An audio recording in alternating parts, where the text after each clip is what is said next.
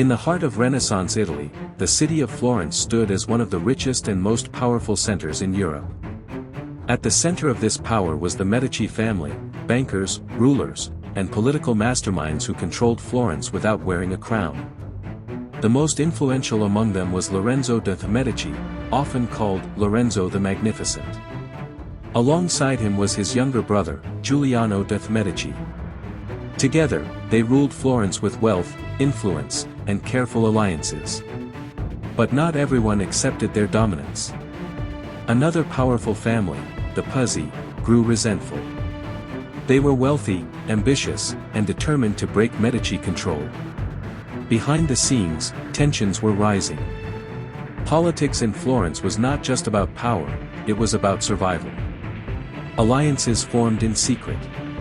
Enemies smiled in public while plotting in private. The Pazzi family found powerful allies. Among them were figures connected to the church, including supporters of Pope Sixtus IV. What began as rivalry slowly turned into conspiracy. A plan was formed, bold, dangerous, and ruthless. The goal was simple. Kill the Medici brothers, and take control of Florence. But the way they planned to do it would shock the world. The conspirators chose a moment when the brothers would be together, surrounded by the people of Florence. A moment when no one would expect violence. Sunday, April 26, 1478. Inside the Grand Cathedral of Florence, the Florence Cathedral. Also known as the Duomo. The church was filled with citizens, priests, and nobles. It was supposed to be a sacred moment. A moment of peace. But hidden among the crowd were assassins. Men carrying concealed weapons. Waiting. Watching. As the mass began, tension filled the air. The conspirators knew this was their only chance. The signal came during the most sacred part of the service. Suddenly, chaos erupted. The attackers struck.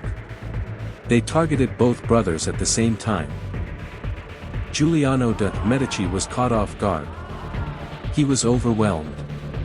Despite attempts to defend himself, he was fatally wounded. He collapsed onto the cathedral floor. The attack on Lorenzo de Medici was just as brutal. But Lorenzo fought back. Wounded, he managed to escape with the help of loyal supporters. He fled into a secure room inside the cathedral. The doors were locked behind him. Outside, the church was in panic. People screamed. Some fled. Others froze in fear. What was meant to be a clean, coordinated takeover, had turned into chaos. And it wasn't over. While the attack happened in the cathedral, other conspirators tried to seize control of the city. They attempted to take over the government. But things did not go as planned. The people of Florence did not support them. Instead of rising against the Medici, the city turned against the conspirators. News spread quickly. Lorenzo was alive. Giuliano was dead. And Florence was furious. The response was immediate and ruthless. Supporters of the Medici hunted down those involved. Many conspirators were captured within hours. Punishments were swift. Some were executed publicly. Others were imprisoned. The message was clear. Betrayal would not be tolerated. The Pazzi family's power collapsed almost instantly. Their name was disgraced. Their wealth was destroyed. Their influence, erased. Even their symbols were removed from buildings across Florence. But the consequences went far beyond the city. The conspiracy had involved powerful allies, including connections to the papacy. This led to a wider conflict.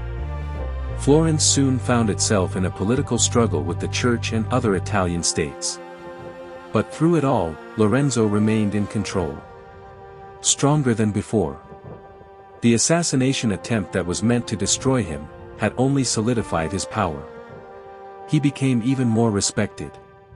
Even more feared. The Pazzi conspiracy became one of the most famous political crimes of the Renaissance. A story of ambition, betrayal, and a failed attempt to overthrow one of the most powerful families in history. And it all happened in a place meant for peace.